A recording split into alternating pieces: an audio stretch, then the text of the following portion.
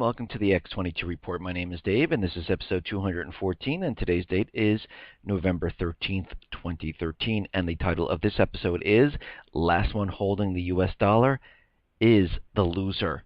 And what we know is that the dollar is losing ground around the world. We understand that the United States is losing control of the Middle East. We see that Egypt, Saudi Arabia, and many other Middle Eastern nations are starting to look at alternatives to the U.S. dollar, and they are making deals around the world. And again, those who are holding the U.S. dollar will become the losers. And what we're going to see is we're going to see nations start sending back U.S. dollars back to the United States because they will not need them, because they will be trading and using another currency in its place. We will also see treasury bonds being sold off by many foreign nations because they no longer need these bonds. And when this happens, this is when we see everything completely fall apart. And here in the United States, those people who are still holding the U.S. dollar, it will be devalued. You will lose out. People will lose their wealth. We've seen this back in 2008 when the markets came crashing down. 38% of Americans lost their wealth at this time, and we are going to see the same exact thing happen again. But this time, it's going to be much, much worse, and there will be no recovery. There will be no bailouts. There will be bail-ins. And guess what? The Fed is printing now or creating money. They will continue and increase that 3 to 4 times of what they're doing right now, at least what they're telling us they're doing. And before you know it, this money that you're holding, these paper bills, will be worth absolutely nothing. And we do have time, and it is definitely time to start thinking about investing in silver, investing in gold as some type of an insurance policy. If you can. If you can't, I personally would purchase food, water, and supplies at this time. And before I get started with the economic collapse news, I just want to explain about the collapse and what's going to happen. And I know a lot of people, I do it every day. I tell you what the news is, and you hear, drones in the sky, you hear this, and you have to remember, things are not going to happen with a snap of the fingers. Yes, stock markets will come crumbling down. But again, the government and the powers and the waking up of the people will take time. People are going to look to the government to help them. So when they talk about drones in the sky in 2015, everyone sits there and says, well, we won't have a collapse until 2015. Or if they hear, oh, wait, war until 2016, we're not going to have anything. No, everything is a buildup. It's like walking up stairs. You take one step at a time. And what's going to happen here is that each phase of this collapse is going to happen, and it will play out over years. I mean, look at this since 2007, 2008, with the Fed printing and creating money for over 5 years. They will not let this system go. They will push this as far as they can do it. So, let's use an example. If today the stock market crashes, yes, people are going to lose their wealth. Yes, people are going to lose their jobs. Will there be rioting in the streets? Will people be going crazy? No, they will not. What will happen? The Fed will step in. They will print more money, create more money, whatever you want to call it, and they will try to keep things going. In the meantime, the government will continue to work on additional laws that remove your rights because they know this is the collapse. But for most of the people out there, they are not going to realize that this is the collapse that is happening right now. And they're going to look for the government. We need more help. You need to do something, just like it occurred back in 2008, where they threatened Congress that we'll have a major collapse, we'll have a revolution. The same thing's going to happen again. And this is when you'll see the bailouts. And most of the people, I mean the bail-ins, most of the people will go along with this. They will say, oh, it's only 8%. That's what they're telling us. It's not a big deal. Okay, the banks are frozen at this time because they don't know any better. And of course, you listening to me and everyone else who doesn't listen to me and understands, who's awake right now, understands really it's not going to be 8%. It's going to be 30%, 40%. But again, those who are sleeping, which are the majority of the people in the U.S., will not realize this. So we will go through the year of 2014, going through the collapse. We will see this happen. We will see wars getting started. We will reach 2015. The collapse will continue happening. They'll be trying to pump up the markets, and people will be looking to the Fed to push in more money. The money will be devalued. Countries will be dumping the treasury bonds. Saudi Arabia and Egypt will be looking at China and Russia, trading in the yuan. They will not be using the U.S. dollar, and this will continue over time. And 2 or 3 years later, we'll have thousands of drones in the air. We'll have police on the street because things will be deteriorating. Things will be getting worse. The stock market will not be going up as much as it was before. People will be getting out of it. People will continually lose jobs, and this is how it's going to play out. So when you hear this news, this is completely a lead up to what is coming. And it's happening right now. It's happening right now. People just do not realize it. All the signs are in front of you.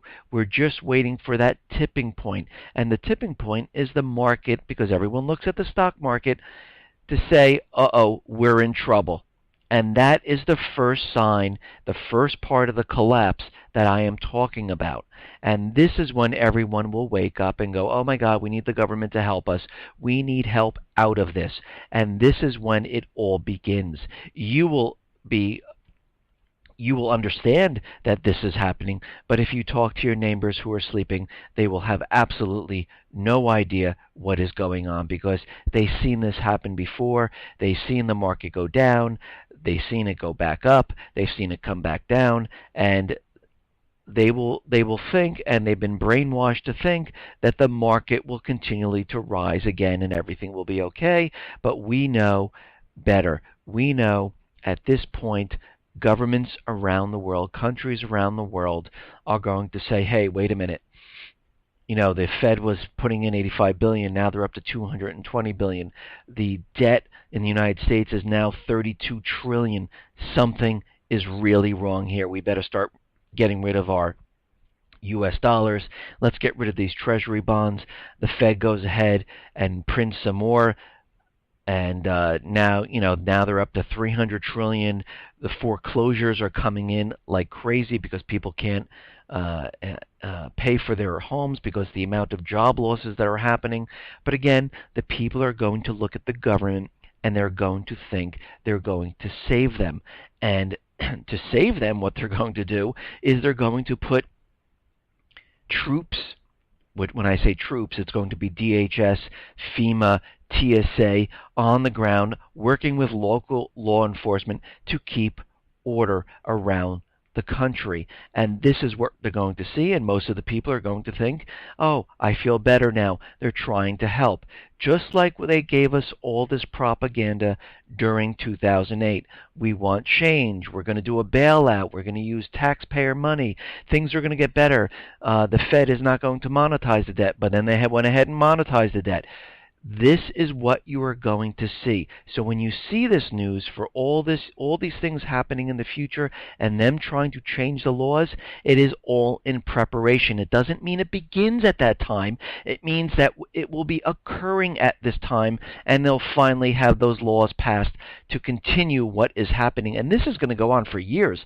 This is not going to be over in a short period of time, because the war, think about World War II. The stretch of time before the U.S. actually got into the war, but the war in Europe was happening. Of course, it's going to happen differently at this time, but the amount of time that this occurred during the Great Depression was a very long time. This collapse is going to go on for years. and we are going to live through some horrific times.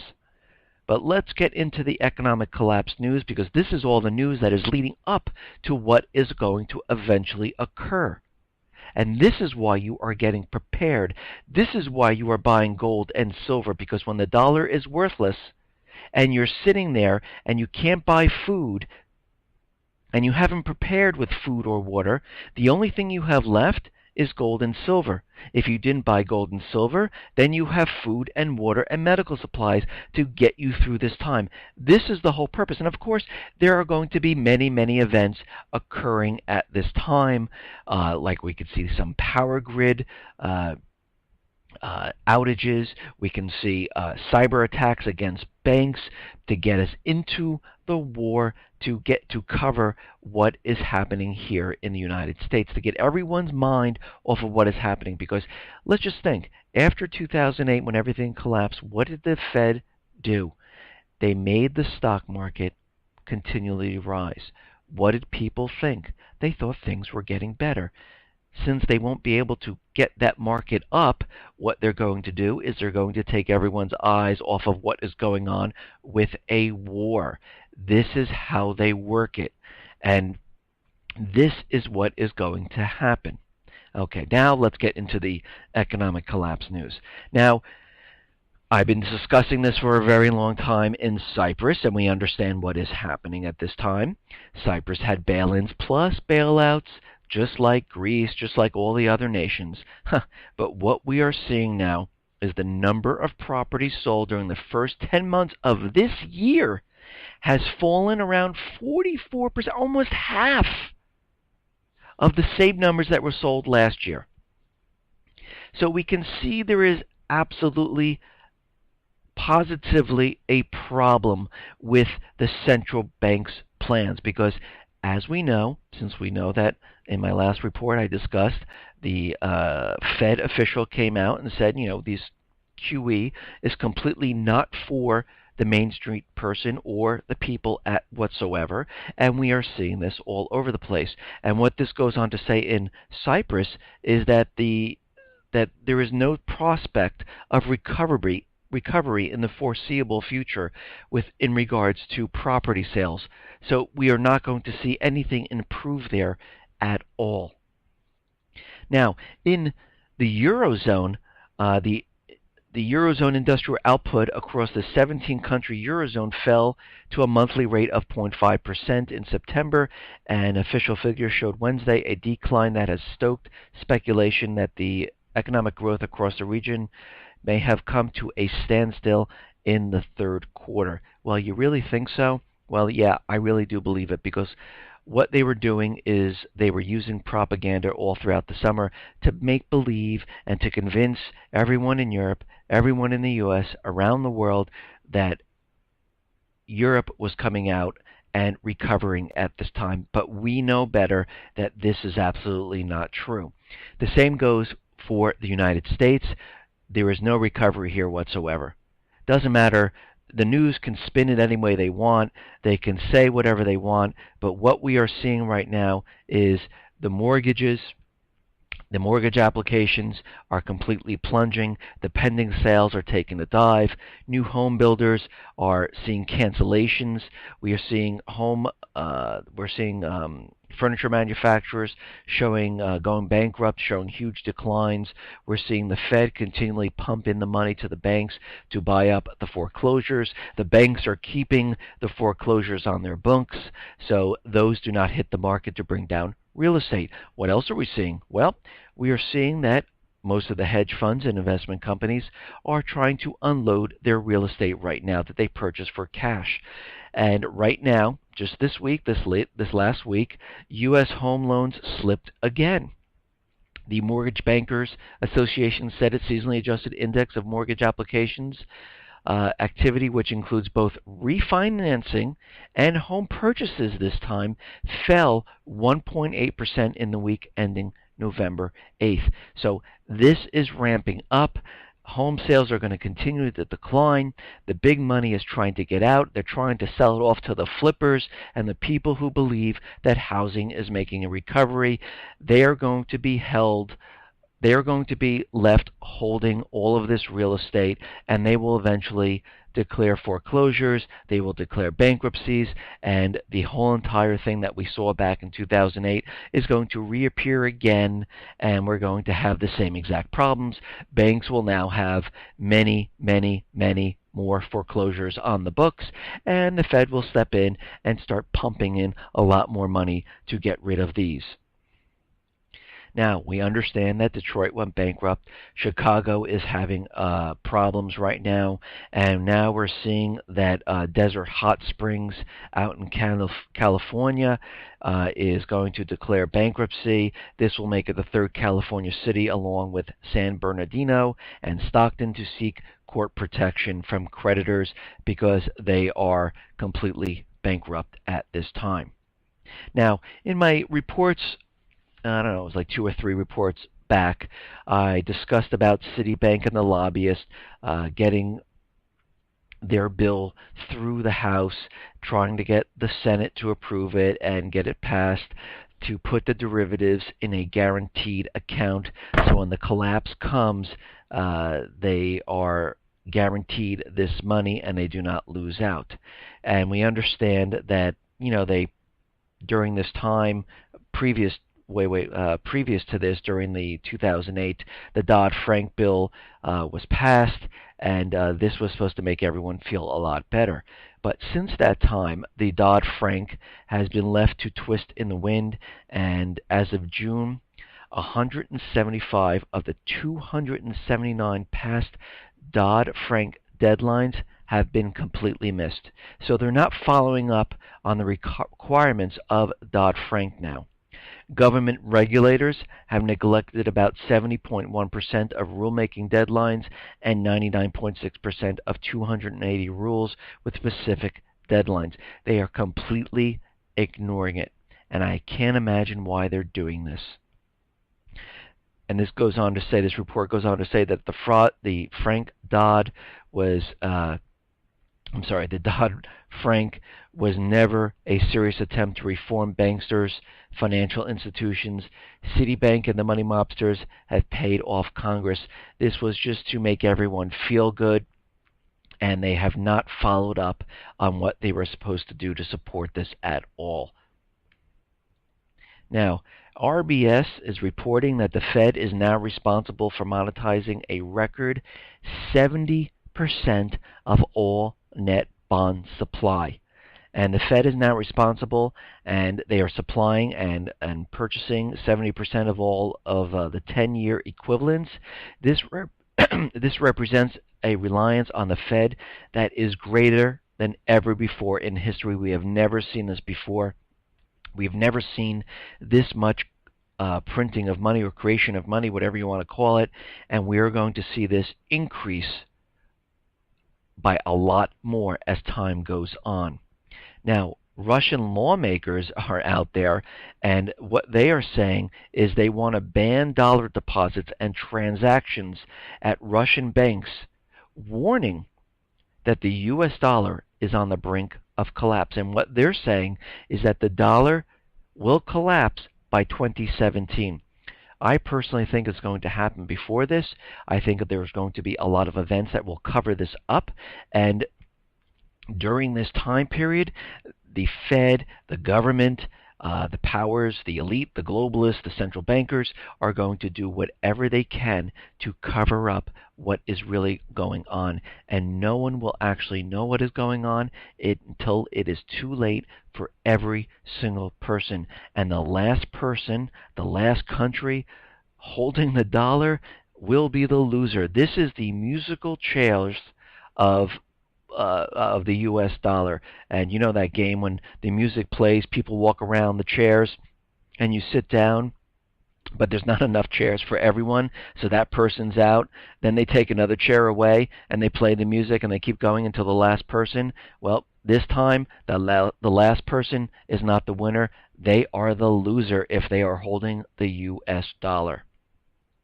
Now, how is the U.S. preparing for the collapse of the economy? Well, we understand They created DHS. We understand we have TSA. We understand we have FEMA camps.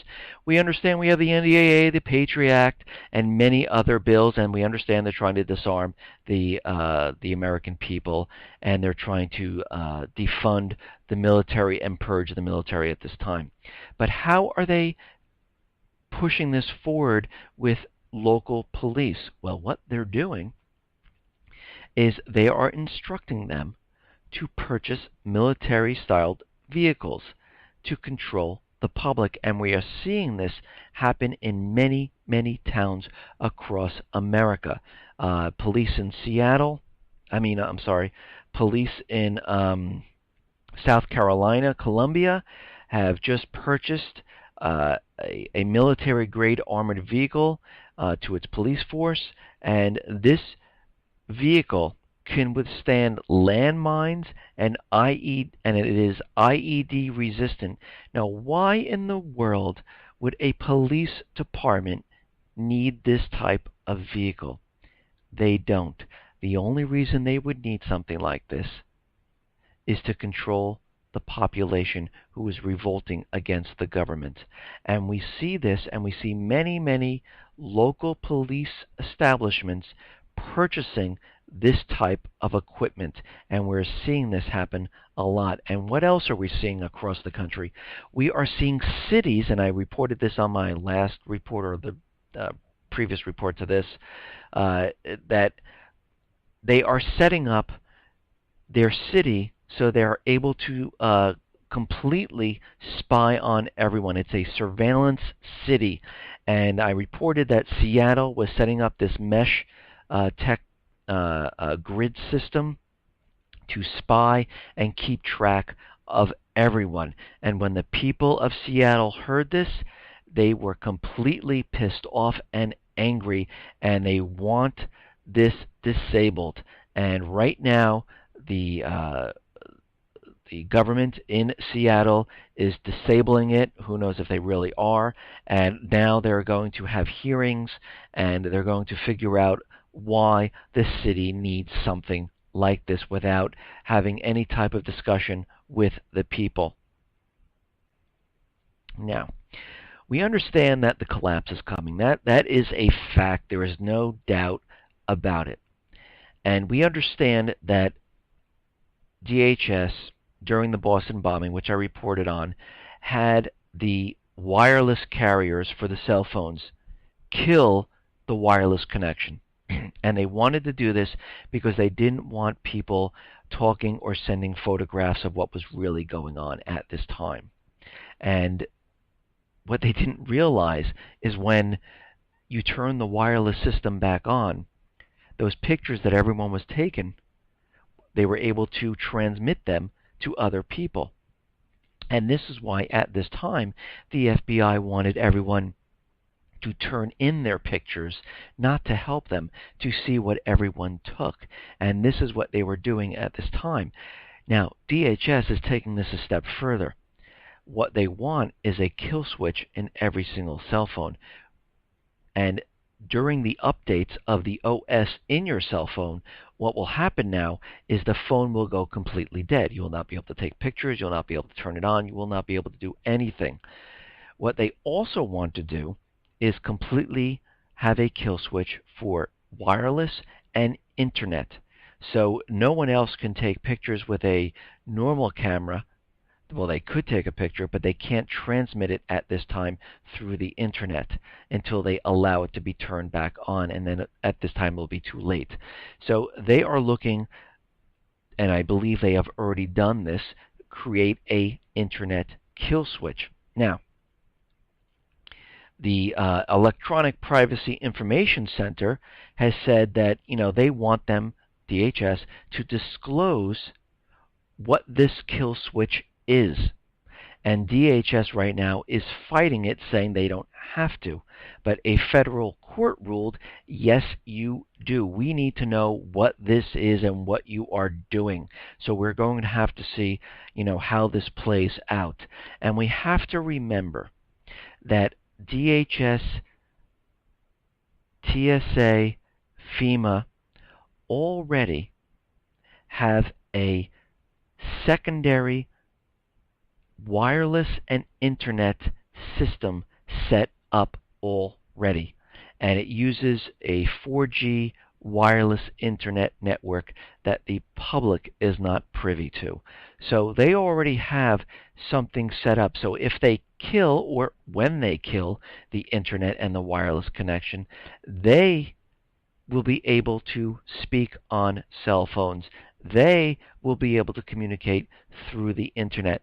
The public will not be able to do this, and I reported this on this many reports ago, and I'm just bringing this up now because it reminds me of what they have installed and the kill switch and things that happened during the Boston bombing.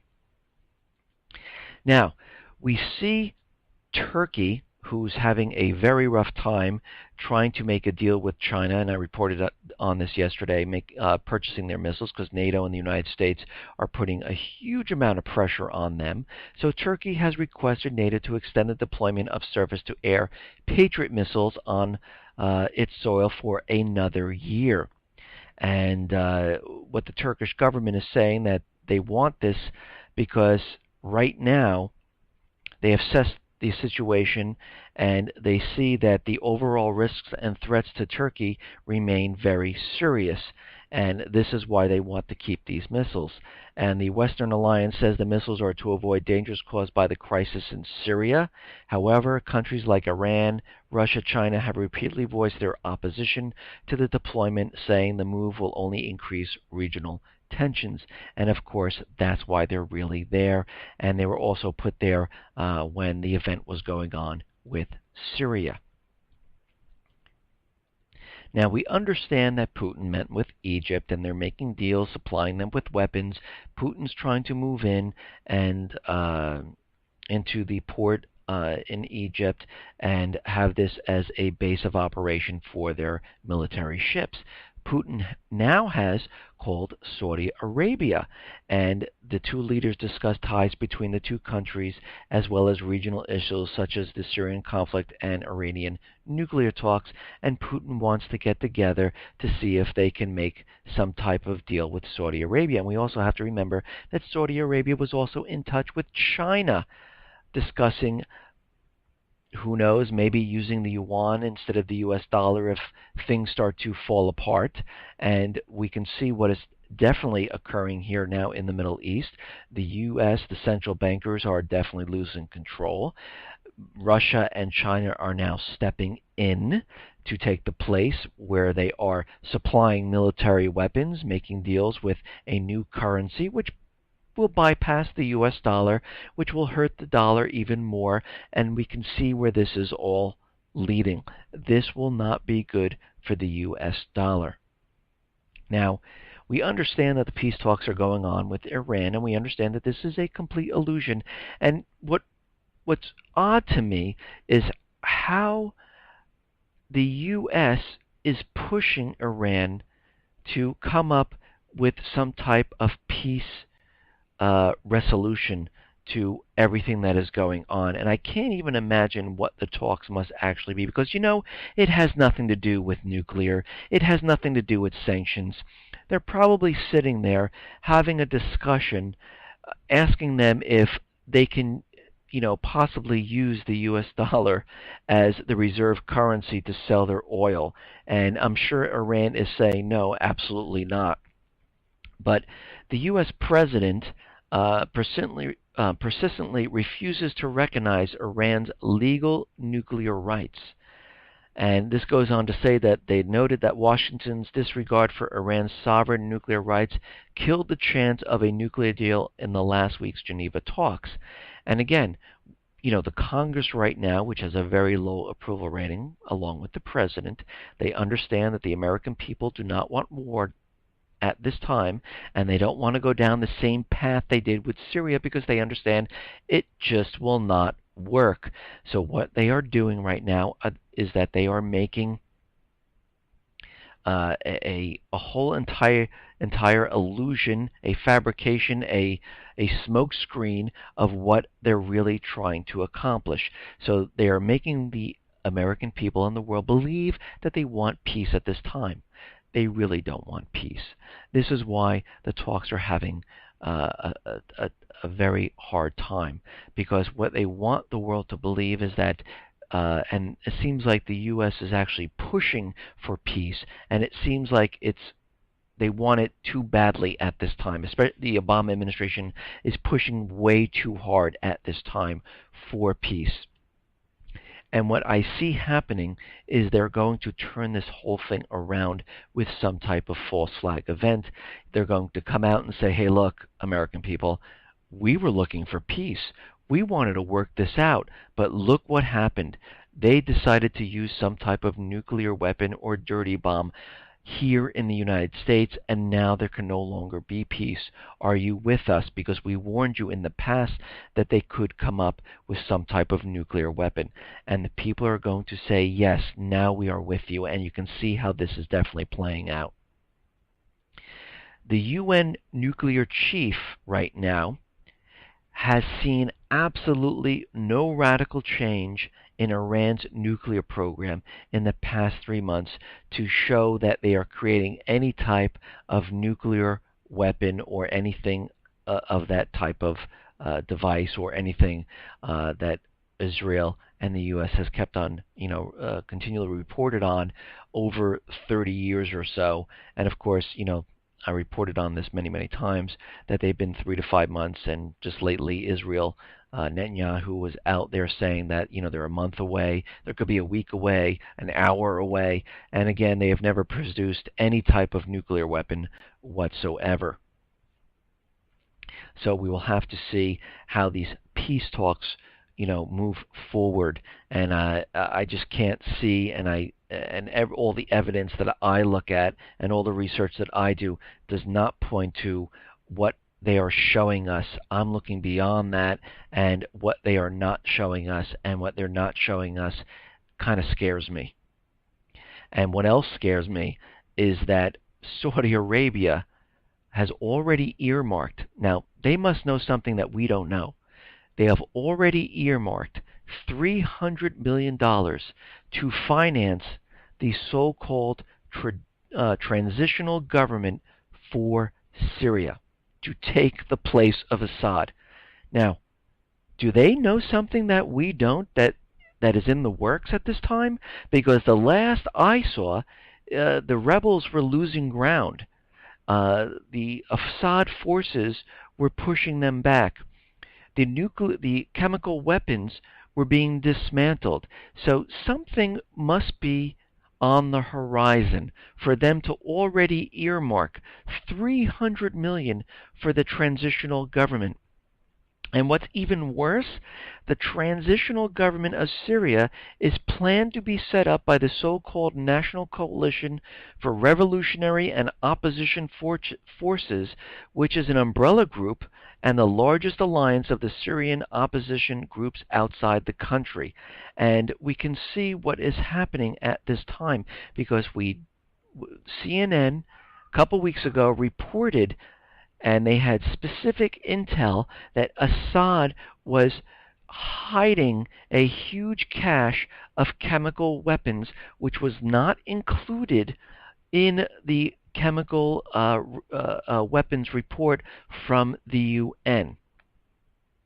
So we can see how they are setting and planning everything up right now, and we are definitely going to see major false flag events to get us into war with Iran and Syria at this time. Okay. Now, DHS confirms that there's been at least one cyber attack against healthcare.gov. And I could see they're trying to use this propaganda to actually bring down the healthcare.gov and blame it on cyber attackers, and that's why they can't have it up and running at this time. It seems like they're going to use a false flag event on their own website, and this way they can use the excuse that it wasn't the website, they almost had it fixed, but because of these cyber attacks, the whole website is completely non-functional, and we need a lot more time. And you can see how they could play this. Okay. Now, as I was discussing before, and I meant to mention this, and I'm just going to go back to it for a second, how Iran uh, and the peace talks and how it's an illusion.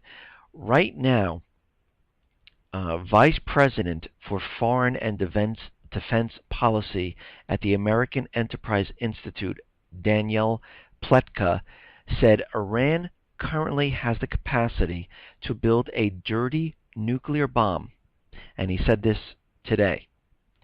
Iran could produce a rudimentary bomb that could be delivered in the back of a truck or a bus in a month, Pletka said.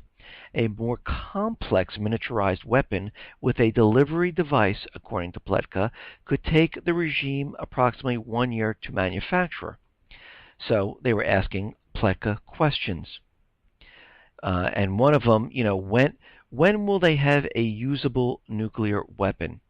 How much time in your best interest or best judgment?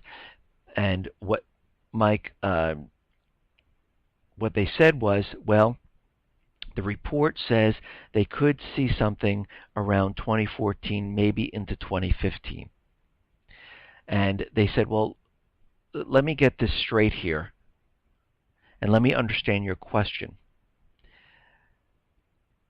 If you are talking about a usable nuclear weapon, if you mean a dirty bomb, they could do it today.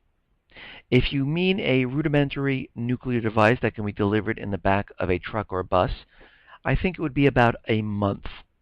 If you mean a weapon miniaturized on a delivery vehicle that works successfully, longer, probably a year, maybe even longer than that. So what is happening here? They are setting the stage for a false flag. We now have intel that Syria, Assad is hiding chemical weapons.